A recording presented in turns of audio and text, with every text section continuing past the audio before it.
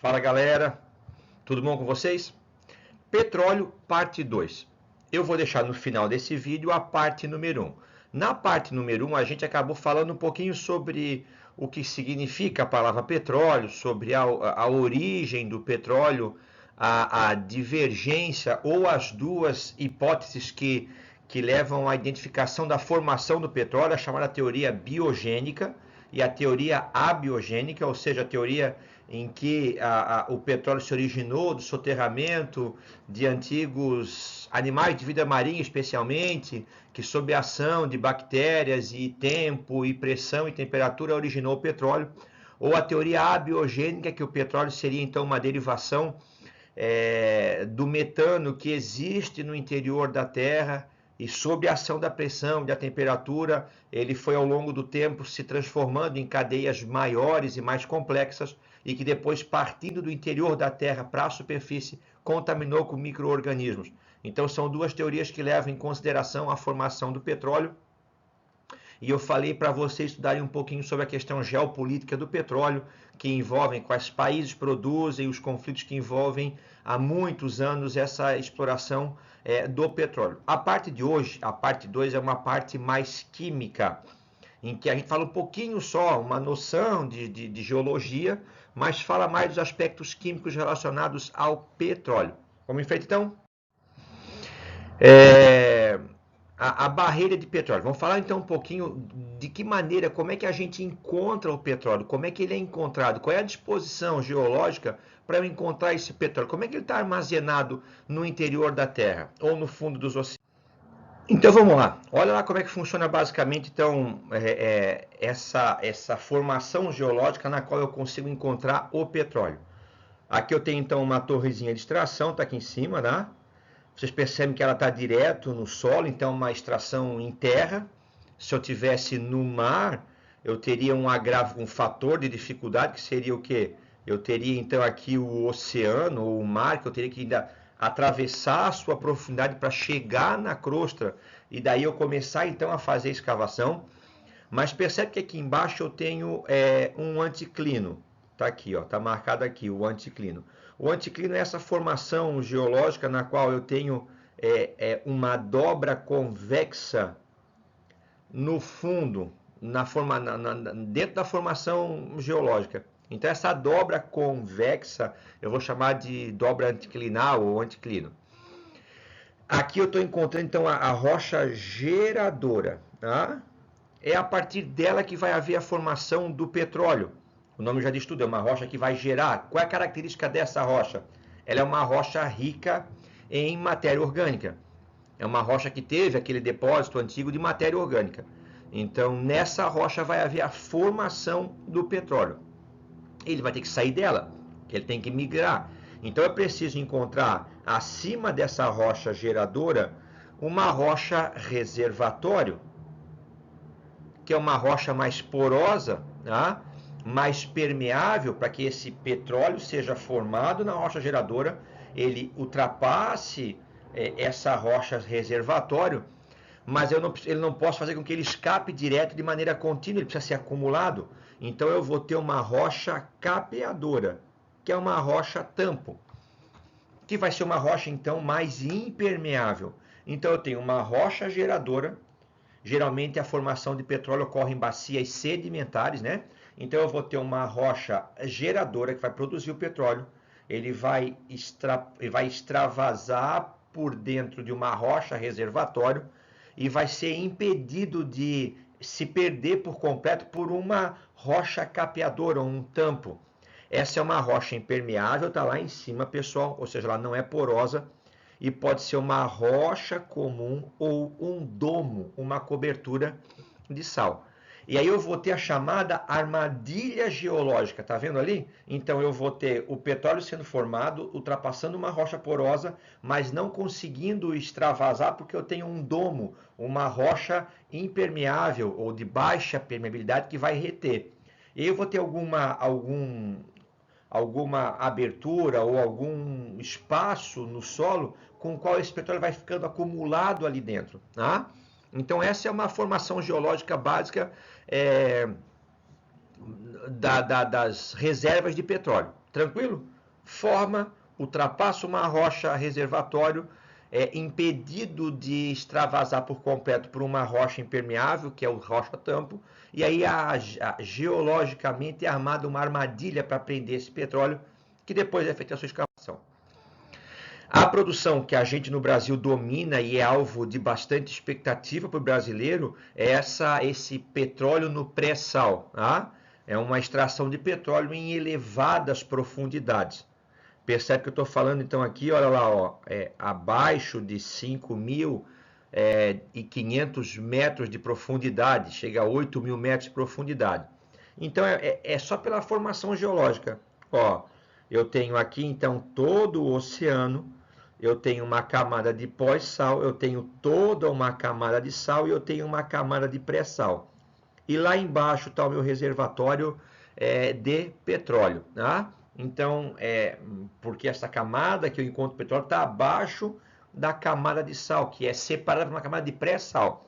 Então, essa é uma extração que o Brasil domina bastante, a extração de petróleo em águas profundas, em que nós somos reconhecidos internacionalmente pelo domínio na técnica de extração de petróleo em águas profundas. Então, olha só aqui. Então, eu tenho o leito do oceano em uma profundidade de cerca de 2.000 metros. Tá? Então, olha só, eu vou ter a camada de pós-sal, a camada de sal e a camada de pré-sal, na qual eu vou encontrar o petróleo e o gás natural.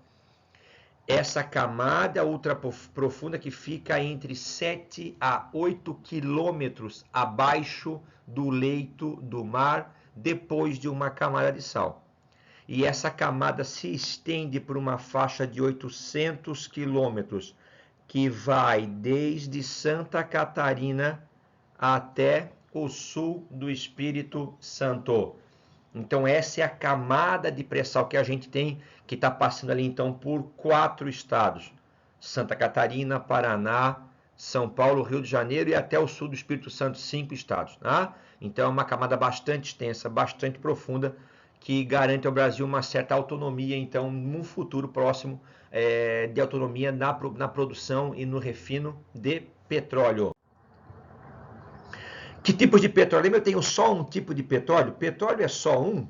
Não, eu tenho 3 tipos básicos de petróleo. O petróleo parafínico, que é rico em alcanos. Ademir, eu já não lembro mais o que é um alcano.